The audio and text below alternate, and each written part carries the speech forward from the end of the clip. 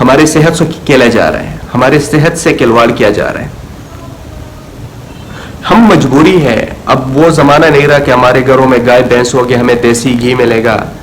ہم اس کی مقدار کو کم کر سکتے ہیں, ہم اسپائسی چیزوں کو کم کر سکتے ہیں, ہم تڑکے والی چیزوں کو اس کو کھانے کو کم کر سکتے ہیں. اس کو ہم جتنا کم کریں گے تو اتنا ہی ہمیں فائدہ انشاءاللہ ملے گا. اچھا, اب آتے ہیں لائف سٹائل کی وجہ سے بے اولادی کیوں ہوتی ہے.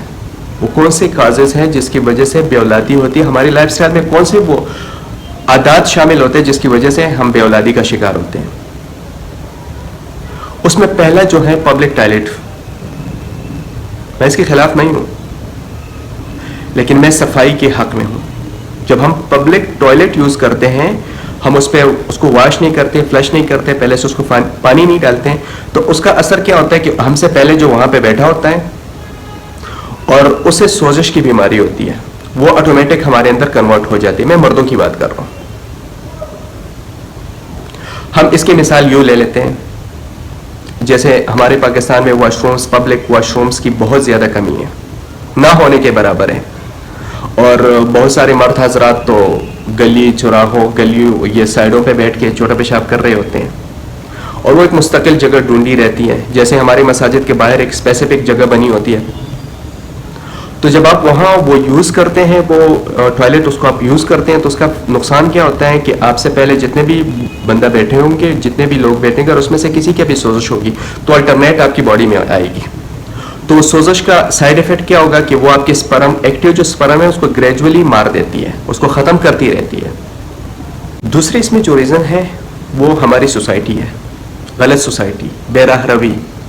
جو بچے مزنی کرتے ہیں, جو بچے فون موویز دیکھتے ہیں اور مزنی کرتے ہیں, تو وہ بے اولادی کا بہت جلدی شکار ہو جاتے ہیں. ٹین ایجز میں کیا ہوتا ہے, یا جو 20-25 ایئرس کی جو ایج ہوتی ہے, اس میں کیا ہوتا ہے, ہم راغب ہوتے ہیں فاسٹ فوڈ کی طرف, ہم وہ غذائیت والی چیزیں لیتے نہیں ہیں. اوپر سے یہ عادت ہوتی ہے, نیگیٹو عادت ہوتی ہے, تو وہ عادت کی وجہ سے سپرم ہمارے ڈسچارج ہوتے رہتے ہیں, ہمیں غذا آتی نہیں ہے, تو ہمارے جو ایکٹیو سیلز ہیں وہ دن بدن ڈکریز ہوتے جاتے ہیں, وہ کم ہوتے جاتے ہیں, وہ زیادہ نہیں ہوتے. پھر آتے فیمیل میں. فیمیلز میں بے اولادی کے کیا رجحانات ہیں. ایک تو ان کا ویٹ, اگر ویٹ 120-190 ایسے پلس ہوگا تو وہ پھر کیا ہوتے ہیں, بچے دانے کے اوپر ایک لہر سی آ جاتی ہے چربی کی, اس کی وجہ سے پھر بے اولادی کا جو نظام ہے وہ قائم ہو جاتا ہے, بے اولادی سٹارٹ ہو جاتی ہے. جو بچہ دانی ہوتی ہے اس کے اوپر اوور ویٹ کی وجہ سے چربی کی ایک لہر آ جاتی ہے. اور فیمیلز میں ایک دوسری وجہ یہ بھی ہو سکتی ہے کہ ان کو رسولی ٹائپ ہوتی ہے, بچہ دانی میں زخم ہوتا ہے. مطلب زخم پہ ہم نے بات کی تو 75% جو سوزش کا مسئلہ ہوتا ہے یہ مردوں کو ہوتا ہے, 25% جو ہوتا ہے یہ فیمیلز کو ہوتا ہے. اور ایک اور چیز جس کی وجہ سے بے اولادی میں اضافہ ہوتا دیکھا گیا وہ ہے گردے کی پتری, سٹونز.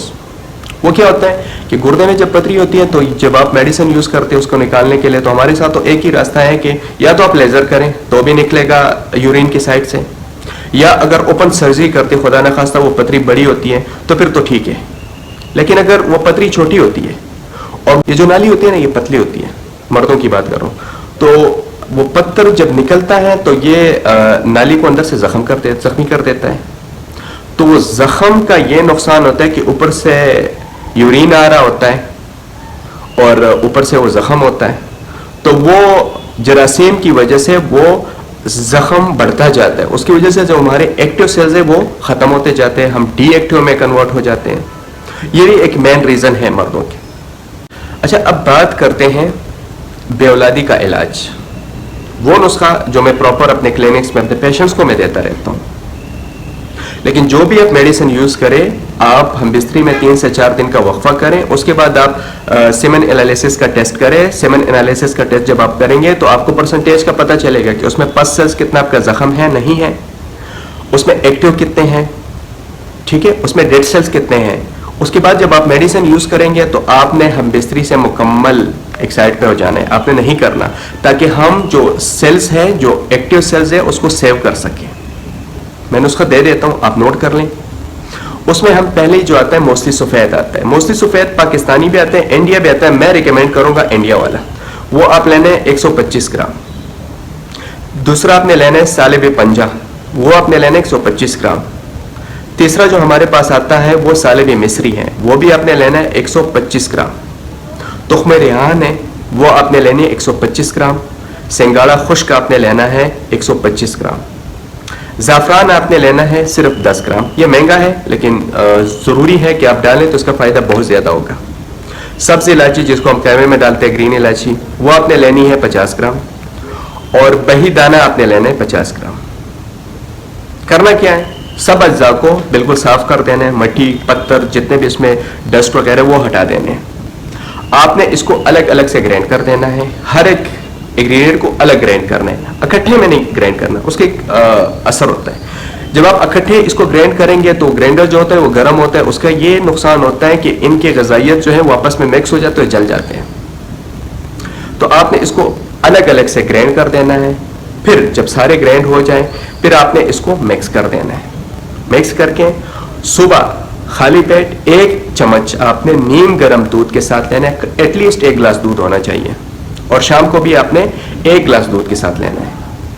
آپ نے ہم بستری سے مکمل پرہیز کرنا ہے تب تک جب تک آپ کا یہ جو سپرم ایکٹیونیس ہے وہ 65 to 70% نہ پہنچ گئے ہوں. اور اس کے علاوہ آپ نے کیا کرنا ہے, آپ نے ان دنوں یہ ترش چیزیں اور یہ جو بالکل اسپائسی چیزیں, ان چیزوں سے پرہیز کرنا ہے. لیکن جو بھی آپ سپرم انالیسس ٹیسٹ کرتے ہیں اس کے ساتھ میں ایک ٹیسٹ ریکمینڈ کروں گا یورین کا. اس میں آپ کو یہ پتہ چل جائے گا کہ زخم ہے یا نہیں ہے. ان کیس پس سیلز ہیں, وہ چاہے سپرم میں ہو وہ چاہے یورین میں ہو, تو آپ نے کیا کرنا ہے, آپ نے پہلے پس سیلز کا علاج کرنا ہے. پس سیلز کا علاج ہربل طریقے سے بھی ہو سکتا ہے. اس میں ہربلس میں بھی بہت سارے وہ ہے ایسی انگریڈینٹس, ایسی میڈیسن ہیں کہ وہ پس سیلز کو ختم کر سکتی ہے. اور آپ انگلش بھی یوز کر سکتے ہیں زخم کو ختم کرنے کے لیے. انشاءاللہ آپ یہ دوا استعمال کریں, انشاءاللہ آپ نا امید نہیں ہوں گے. دعا میں یاد رکھیے گا, اللہ تعالیٰ جتنے بھی ہمارے وطن میں اس دنیا میں جتنے بھی جوڑے ہیں جن کی اولاد نہیں ہیں, اللہ تعالیٰ سب کو نیک اور صالح اولاد عطا فرمائے. بہت شکریہ. انشاءاللہ جنہوں نے چینل سبسکرائب نہیں کیا وہ چینل سبسکرائب کریں, اور انشاءاللہ نیکسٹ ویڈیو کے ساتھ پھر حاضر ہوں گے انشاءاللہ. اللہ حافظ.